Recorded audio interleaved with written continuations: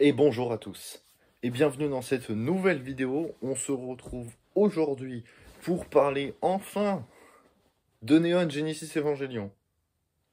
Ou Evangelion.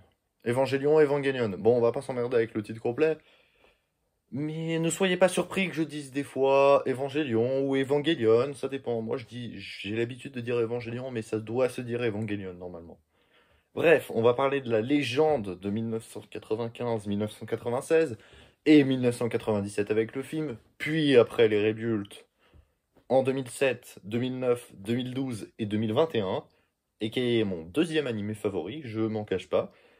Un animé qui a marqué l'histoire, ça c'est sûr, mais un animé qui a aussi marqué les esprits, qui pose beaucoup de questions et qui pose des fois au questionnement sur quelles étaient les intentions d'Hideaki Anno également. Des fois, on se pose vraiment des questions, des fois ça fait controverse, des fois ça fait gros débat sur, notamment sur sa fin, qui est vraiment pas accepté par beaucoup de monde. Voilà, Evangelion c'est un animé très controversé, mais c'est un animé de légende que l'on va commencer maintenant. Alors, Neon Genesis Evangelion a été commencé en 1994. Le développement a commencé en 1994 sur une idée du studio Gainax, et donc par Hideaki Anno. Le projet était simple, ça vous l'avez certainement déjà entendu, un garçon et un animé avec des robots. Un mecha, un jeune garçon, point, c'est tout. On n'avait rien d'autre dans l'élément, Anno avait carte blanche pour le reste. L'avantage qu'Evangelion a eu, c'est que c'est un animé en création originale. Ça, c'est important de le souligner, parce que c'est pas toujours si évident que ça, car le manga Evangelion a commencé sa publication le 26 décembre 1994, sachant que l'animé commencera lui le 4 octobre 1995, donc 10 mois plus tard. Alors vous me direz, bah attends, tu es en train de me dire que c'est le manga qui est tiré de l'animé et pourtant l'animé a commencé après, ça n'a pas de sens. Oui, je suis d'accord, c'est assez bizarre, mais il faut savoir que le manga a été scénarisé par Hideaki Anno lui-même et que par conséquent, le manga se base sur le travail déjà en place qui commençait sur le projet de l'animé. C'est-à-dire que le manga, les planches du manga se basent sur les planches de l'animé. C'est assez bizarre et c'est vrai que c'est assez chelou de se dire que le manga a commencé beaucoup plus tôt que l'animé. D'ailleurs, le manga va très vite être dépassé par l'animé et le manga sera terminé seulement en 2013, au terme de 14 volumes. Est-ce qu'il y a plus de détails dans le manga? Ouais, quand même pas mal. Il y a quelques petits détails supplémentaires, je vous invite à le lire. Mais sachant que de toute façon, il y a une version réadaptée qui s'appelle la Perfect Edition, dont les 6 premiers tomes sur 7 sont déjà disponibles en français et qui sont juste là. Le tome 7, je l'attends, il sortira en octobre normalement cette année. Bref, donc Evangelion, c'est une création originale. Ça, c'est important de le souligner. Même si c'est pas évident de par la publication du manga qui a commencé avant. Maintenant, quelques mots sur Hideaki Anno. Alors, Hideaki Anno, il va sans dire que s'il y a bien une œuvre qui doit être retenue sa carrière, c'est bien Evangelion. Clairement, il n'y a pas de doute. Mais il n'a pas rien fait de sa vie, hein. Voilà, il a quand même participé à plusieurs projets. Il a fait notamment la réalisation de Gunbuster, de quelques épisodes de Gunbuster en 88-89, déjà un animé mecha, puis de Nadia le secret de l'eau bleue en 90-91, avant sa dépression, on y revient tout de suite, avant de revenir pour Evangelion. Et puis aussi, on peut citer Elle et lui en 98-99. Il est à l'origine aussi des films Evangelion, que ce soit The End of Evangelion ou les films résumés ou également les films Rebuild. Mais on a également d'autres films comme Gunbuster vs Diebuster en 2006, on parlera de ce film un jour d'ailleurs. Il a aussi fait des films en live action, je peux citer notamment Cutie Honey en 2004 ou Shin Godzilla en 2016, qui s'est inclus un peu pour faire une pause dans le projet Rebuild of Evangelion d'ailleurs au passage. Donc voilà, quand même quelques carrières, mais c'est clair que NGE est sa plus grande création, je pense. Même si c'est vrai que Nadia est quand même pas mal, hein. Nadia le secret de l'eau bleue aussi. Et j'allais dire Gurren Lagann, non, justement pas. Gunbuster est très bien aussi. Gurren Lagann, c'est un autre anime mecha pour ceux qui ne le sauraient pas, et qui est aussi du studio Gainax, mais qui n'a pas été réalisé par Hideaki Anno, et ça, il faut le souligner. Anno n'a pas tout fait à Gainax, hein, on se calme, hein. Au Gainax aussi, le studio en général, bah, son succès vient aussi principalement d'Evangelion.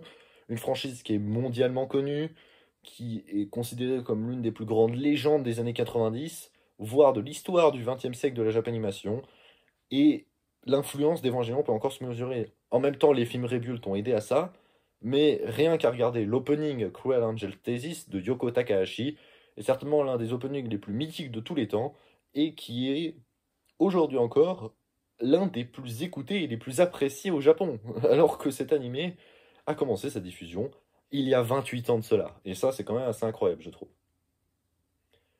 Voilà. Un peu de background sur Evangelion. Juste avant de commencer, une dernière petite chose. J'ai prévu de faire une feuille, je dirais, analytique sur l'ensemble d'Evangelion à la fin. Là, je vais pas la développer maintenant. Pourquoi? Parce que les éléments que l'on va avoir dans ces 3 premiers épisodes sont soit incomplets, soit même carrément faux. C'est fait exprès, hein. En l'occurrence, des éléments vont être corrigés, on va avoir des informations un peu plus précises par la suite. C'est normal en même temps, on est au début de l'animé. Mais c'est-à-dire que ce ne sera pas une fiche de résumé qui explique ce qui s'est passé dans tous les épisodes. Ce sera juste une fiche qui pourra indiquer l'analyse précise de l'ensemble du lore Evangelion. Ce qui n'est pas simple, parce que le lore Evangelion est pas du tout simple à comprendre. Mais c'est vrai qu'au bout des 3 premiers épisodes, vous allez me dire, ah bah ça va, c'est chill. Bah oui, c'est chill parce qu'en même temps, on n'a rien vu, quoi. Et c'est normal, c'est l'introduction. Bref, c'est parti pour l'analyse de l'épisode 1. Épisode 1. L'attaque de l'ange. On est donc au milieu de la ville, vers Tokyo. Alors attention, on n'est pas à Tokyo 3, en tout cas pas encore. On n'est pas dans la grande ville fortifiée. Et on retrouve un personnage, un jeune garçon qui s'appelle, qu'on va découvrir après, qui s'appelle Shinji Ikari. Bon, il sera le personnage principal. Bon là, on est au tout début. Voilà. Après avoir écouté cet opening. Bref, je me perds. Du coup, on est avec Shinji Ikari et il attend quelqu'un. Ce quelqu'un, c'est Misato Katsuragi, qui va intervenir un petit peu plus tard et qui va arriver, qui le cherche un peu partout et qui est en retard. Mais pendant ce temps-là, on a un ange, enfin un truc qui s'avère être un ange, qui est le troisième. On le saura plus tard, ça. Ce troisième ange qui s'appelle Sachiel. C'est le plus connu, c'est celui que tout le monde voit parce que c'est le premier à arriver, enfin à être visible dans l'animé, même s'il y en a eu 2 avant lui. On découvrira les identités de ce premier et de ce deuxième ange un peu plus tard dans l'animé, bien évidemment. Alors, déjà, l'animé a commencé depuis à peu près une minute entre le temps de la fin de l'opening et cet événement, et on a 2 éléments très importants. Déjà, premier élément, l'apparition de Rei. Alors, on ne sait pas qui est cette personne avec les cheveux bleus, etc., qui apparaît brièvement dans le champ de vision de Shinji. C'est Rei Ayanami, hein, on le sait maintenant. Ça, on le saura assez vite, hein, vu qu'on trouvera le personnage de Rei présenté dans son lit d'hôpital un tout petit peu plus tard dans l'épisode 1, on le sait assez vite.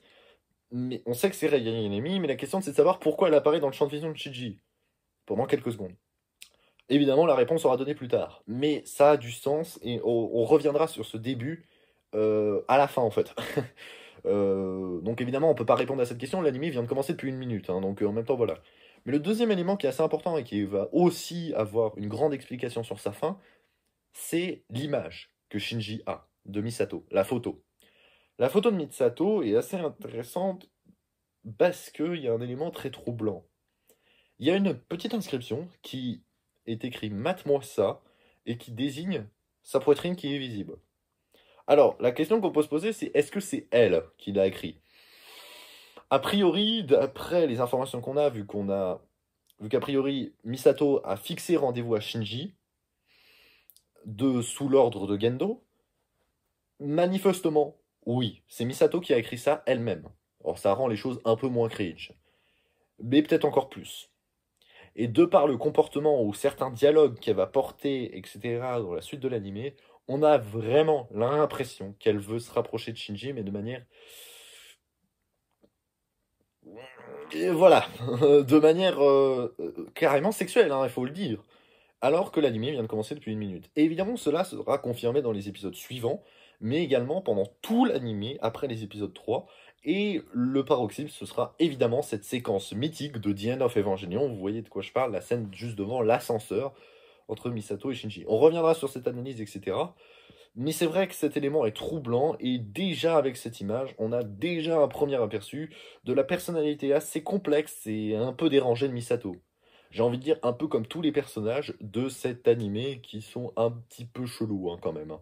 Bon voilà, on a donc le bordel, on a l'ange numéro 3 qui est présent, on essaie d'envoyer des missiles double N qui sont des missiles, je sais pas, à pulsion de trucs nucléaires, j'en sais rien, et ça marche pas. Donc on donne le commandement à Gendo Ikari et à son second Fuyutsuki, et donc à la Nerve pour éliminer l'ange. Et c'est là qu'on va avoir besoin de Shinji Ikari, qui va devoir piloter l'EVA 01, qui est donc un robot géant de je crois, 80 mètres. Oui, 80 mètres de haut. Et Shinji dit non, non, je peux pas, machin, j'ai pas confiance en moi, machin. Et pourquoi tu as besoin de moi maintenant alors que tu m'as toujours rejeté? C'est ça qu'il va dire à son père. Voilà. Après que Shinji a été emmené par Misato Katsuragi au centre donc, du QG de la Nerve, dans le Géofront, et donc sous Tokyo 3. Voilà.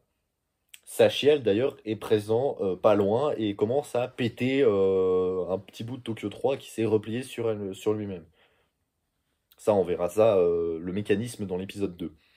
Mais juste avant cela, on va avoir une petite annonce qui est assez intéressante encore de la part de Misato.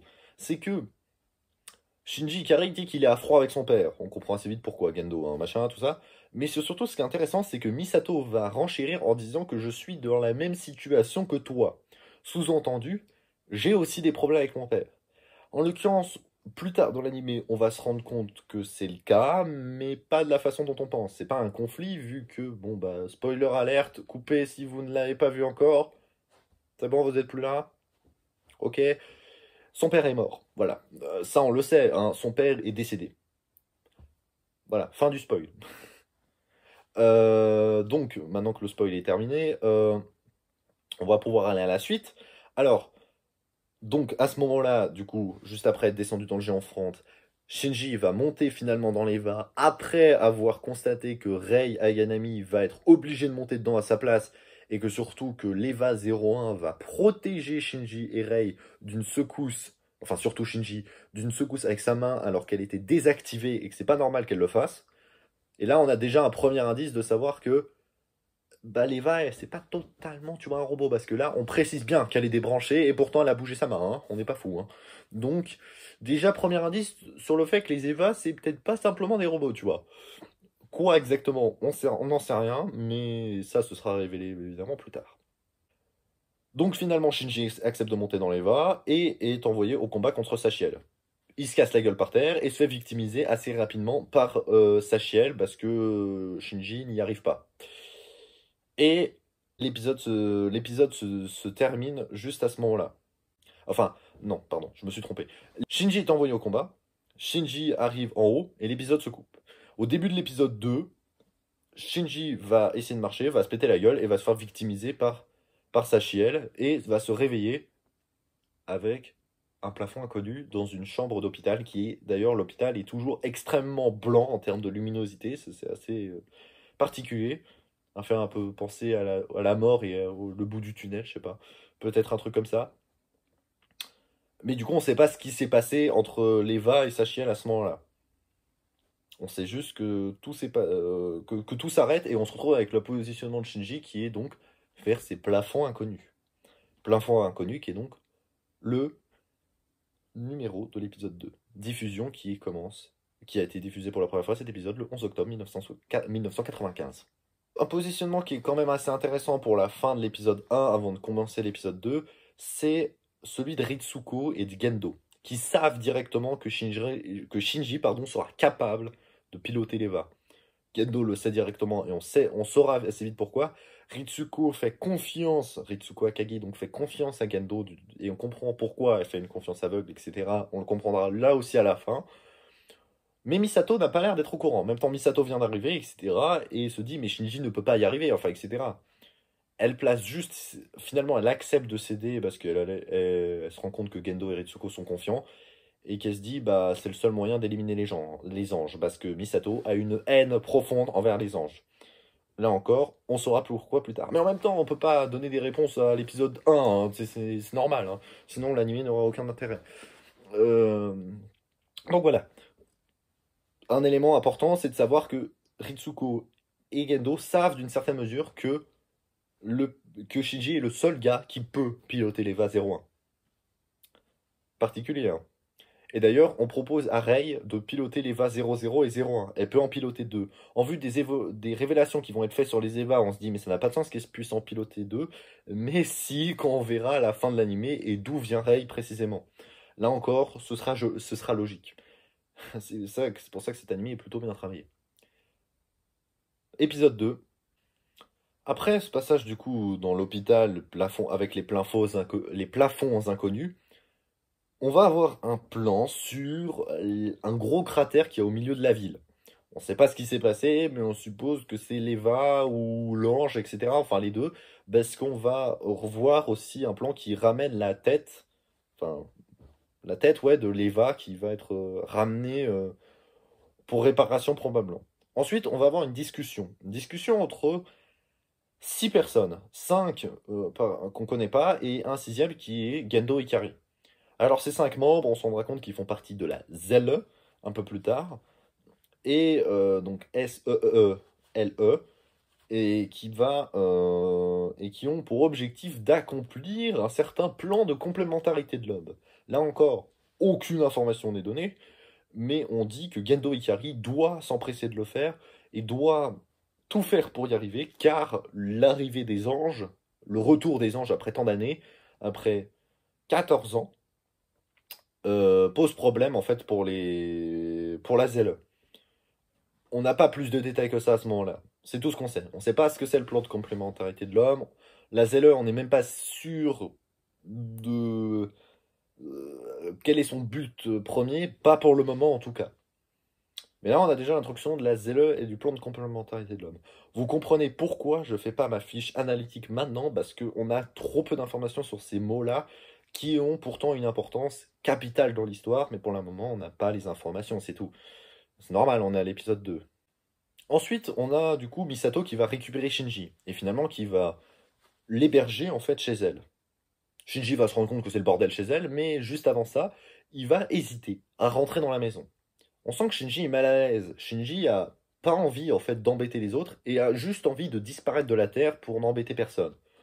D'être seul, d'être solitaire. C'est le fameux dilemme du hérisson. Quelque chose qui est très important dans l'animé, on en fait plusieurs fois référence, car si les hérissons se rapprochent trop pour se tenir chaud et être chaleureux les uns avec les autres, ils se blessent. Et c'est donc ne pas aimer les autres pour ne pas souffrir. On aura cet énorme dilemme pendant tout l'animé, exactement aussi avec le personnage de Shinji, de Misato, et surtout d'Asuka. On reparlera évidemment d'Asuka, Soryu l'anglais, qui reviendra un petit peu plus tard dans l'animé, plus précisément à l'épisode 8, où elle commencera à faire son apparition. Ensuite, on a un plan assez comique, et on va voir que c'est quelque chose qui va se répéter souvent. Les plans rigolos, où on se marre bien, chez Misato, avec cette petite musique toute douce, etc. Alors le plan c'est quoi? Bah c'est juste Shinji, il va prendre un bain, il tombe sur Pen Pen, le pingouin qui se balade, et sort tout nu vers le salon, où il trouve Misato. Et là on a le truc qui m'a bien fait rire, c'est la bière de Misato qui est pile dans l'axe de là où il faut, vous voyez ce que je veux dire, et elle enlève la bière comme ça, et là j'ai fait oh putain qu'est-ce qui va se passer? Et là hop, ah mais il y a un autre objet derrière. C'est pas magnifique ces objets qui sont super bien placés quand même? Oh si, moi je trouve ça beau. Bref, un plan qui est assez drôle en fait, qui est pas là pour nous faire faire un fan service, etc. Quand on est chez Misato, c'est fun. Et plus l'anime va avancer, plus il y aura de personnages à l'intérieur de cette maison. Enfin, de cette maison, de cet appartement. Et c'est là, peut-être, en fait, ce lieu-là est peut-être le seul lieu positif pour chacun des personnages. Y compris pour Asuka, qui va commencer à sentir une certaine sensation de partage et voire d'amour envers Shinji. Ce sera seulement là. Mais ça va pas se conclure. On reparlera de cette séquence qui veut dire beaucoup de choses sur le personnage d'Asuka et sur celui de Shinji. On reviendra sur cette séquence. J'ai l'impression qu'en fait c'est le seul lieu vraiment ultra positif dans tout l'anime, c'est un espèce de refuge en fait simplement. Pour ce que je disais tout à l'heure sur Misato qui essaie d'un peu de cuisiner et notre ami Shinji. Elle va dire à elle-même juste après cette séquence un peu rigolote, comme je l'ai décrit, j'en fais peut-être un peu trop avec lui, il risque de voir clair dans mon jeu. Là, on a compris le sous-entendu. Misato est trop bizarre et, à vrai dire, ça commence à devenir un petit peu inquiétant. Mais on va essayer de comprendre avant de la juger, hein. On va aller plus loin dans l'anime pour essayer de comprendre. La suite de l'épisode, c'est le flashback de qu'est-ce qui s'est passé exactement entre l'EVA 01 et le troisième ange. Et ben on se rend compte que bah, c'est pas du tout Shinji qui a piloté l'Eva. L'Eva s'est réactivée toute seule et s'est mis en mode berserk pour défoncer littéralement l'ange. L'ange qui va se faire finalement sauter au-dessus de l'Eva, ce qui est ça qui va endommager l'Eva 01 et détruire l'ange. Et l'ange disparaît et laisse du coup un putain de cratère au milieu de la ville. Bon, à part ça, tout va bien. Donc voilà, on se rend compte de la vraie nature de l'Eva, et là, comme si l'élément de l'épisode 1 n'était pas suffisant, la main qui a protégé Shinji, l'épisode 2 vient nous appuyer encore plus sur les Eva, qu'est-ce que c'est, ou plutôt qui elles sont.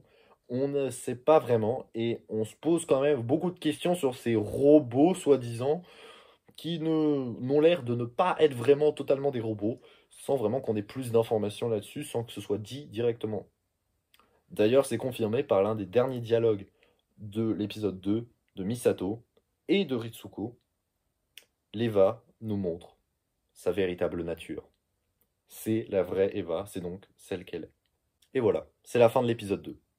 L'épisode 3 s'appelle Le téléphone ne sonne pas. Il est diffusé le 18 octobre 1995 à la télé japonaise. Premièrement, on a ce début d'épisode qui est assez perturbant pour le personnage de Shinji. Shinji qui est vraiment présenté comme une machine, ou en tout cas comme une personne qui a besoin d'être commandée. Je règle la cible dans le viseur, et je tire. Je sais pas combien de fois il le répète, mais beaucoup de fois. Au moins 5, 6, peut-être même 7 ou 8, j'en sais rien, j'ai pas compté. Mais ça nous montre réellement que Shinji n'est plus réellement lui-même et a besoin d'automatisme, mais vraiment comme une machine, pas vraiment comme un être humain normal, d'être commandé, d'avoir un but en fait pour exister. Un aspect de la personnalité de Shinji qui est assez important. On nous reparle du fameux dilemme du hérisson que je parlais tout à l'heure. C'est Ritsuko Akagi qui le dit à Misato Katsuragi au téléphone. Bon, je ne vais pas réexpliquer parce que je l'ai déjà expliqué tout à l'heure. Et donc c'est là que Kensuke et Toji sont introduits dans l'histoire. Kensuke, le gros taré qui a envie juste de filmer de l'action et de la bagarre. Et Toji, le gars un peu la brute, mais qui va avoir des remords sur ce qu'il a fait à Shinji un peu plus tard. Donc ce sont des camarades de classe de Shinji. Shinji pendant le cours, va répondre à une des élèves que oui, c'est lui le pilote de l'Eva, ce qui va susciter l'intérêt de la classe, et que donc tout le monde va s'en battre les couilles du cours du professeur. Et c'est pour ça que Toji va frapper Shinji, parce que sa sœur, la sœur de Toji, donc, a été blessée après le combat entre Sachiel et l'Eva 01. Alors que notre ami Shinji ne pilotait même pas l'Eva, en fait. Enfin, il la contrôlait pas, quoi. Bon, bah voilà, c'est dommage. Mais il accepte de se faire frapper sans rien répondre parce que Shinji est un peu quand même une victime. Mais c'est pas dans le mauvais sens, vous allez voir. On reparlera du cas Shinji plus tard, mais moi je considère que massacrer Shinji à tout bout de champ, c'est un peu facile quand même. Il y a quand même d'autres choses à dire sur ce personnage que dire que c'est une tapette, tu vois. Un peu plus de recherche. Mais du coup, revenons un peu sur ce cours du professeur. Le professeur, il expliquait quoi? Le professeur expliquait le second impact, qui a eu lieu du coup en 2001, et qui explique que c'est une météorite qui s'est écrasée au pôle sud, donc en Antarctique, et qui a causé la fonte immédiate de toutes les glaces, des raz-de-marée, une déviation de l'axe de rotation de la Terre, et donc à peu près la moitié de la population de la Terre est morte. Je crois, à l'époque, ça doit être... vu que l'anime a été fait en 95, je pense que ça doit être 3 milliards de personnes. 2,5 milliards, 3 milliards. Bah oui, parce qu'à l'époque, on était 5-6 milliards, je pense, sur Terre. Oui, aujourd'hui, on est 8 milliards, c'est la moitié, ce serait 4 milliards, mais aujourd'hui, c'est pas 95, quoi. Enfin voilà, je pense que c'est plutôt dans leur tête 2 milliards et demi, 3 milliards. Enfin bref, beaucoup de morts, et le bordel. Ce qui n'explique vraiment pas pourquoi les anges sont là, et du coup, on se dit, mais en fait, le second impact n'explique en rien pourquoi il y a des anges. Mais en fait, on va se rendre compte que si, le second impact est très lié aux anges, parce que tout simplement, l'histoire de la météorite est fausse. On saura plus tard les détails. Alors, c'est pas que le prof ment, hein. C'est juste que le prof, il ne sait pas. On lui a pas dit. On a caché. On a caché, la ZELE l'a caché, parce que la ZELE existait déjà à cette époque-là. Elle existe depuis 1990, je crois, d'après les infos qui ont été données, et qui seront données plus tard. Et la ZELE avait indiqué de cacher en fait ce qui s'est passé entre le troisième ange et l'EVA 01. Donc ça peut indiquer qu'ils ont aussi caché ce qui s'est passé au second impact. Et ce sera confirmé parce que le second impact, c'est pas du tout une météorite. Par contre, donc, dans le cours du prof, les causes sont absolument fausses, mais les conséquences sont vraies. Il y aura plus de conséquences, c'est juste imprécis. Vous comprenez encore une fois pourquoi je ne fais pas ma fiche analytique maintenant. Parce que on a trop peu de détails. Puis après tout ce bordel, après le cours et la patate que Toji met à Shinji, les deux patates même, et ben on a l'arrivée du quatrième ange, qui s'appelle Shamshel. Alors Shamshel, bon, c'est un gros truc, un espèce de lézard rouge géant, avec des petits bras laser qui tournoient partout. Mais je sais pas comment décrire ce truc, hein, c'est bizarre. Hein. Donc on envoie Rei et Shinji au combat. Alors Rei ne participe pas au combat, mais va quand même à la nerf. C'est Rei d'ailleurs qui prévient Shinji qu'ils ont une mission. C'est Shinji et donc les Va-01 qui vont aller combattre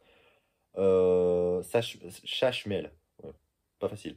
Bah Shinji va tirer comme une brute et va faire un écran de fumée et donc va se faire défoncer par l'ange. Encore, pour changer.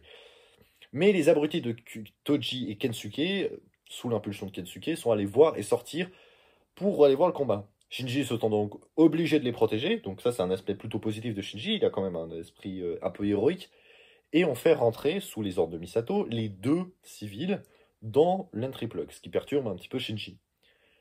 Mais contrairement aux ordres de Misato, qui lui disait de se replier, Shinji désobéit, et vu que le câble a été sectionné et qu'il avait donc plus que 5 minutes au moment du câble sectionné, et puis après il est tombé sur la montagne, il a ramassé les deux, et puis ensuite il repart au combat, et il lui reste 2 minutes 30 pour tuer, enfin non, mais peut-être même moins que ça. Bon, je sais plus combien de temps il lui reste, mais il lui reste tellement peu de temps. Il y va, il fonce dans le tas, et il arrive, dans les dernières secondes, à tuer Shamshel. Et donc les Va-01 et Shamshel sont tous les deux en train de se faire un gros câlin, à ne plus bouger.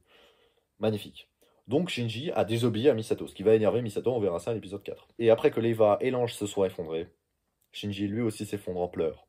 Et d'ailleurs, ce sera la première fois et l'avant-dernière fois que Shinji va pleurer dans l'animé. Arrêtez de dire ça. Et c'est comme ça que l'épisode 3 va se terminer.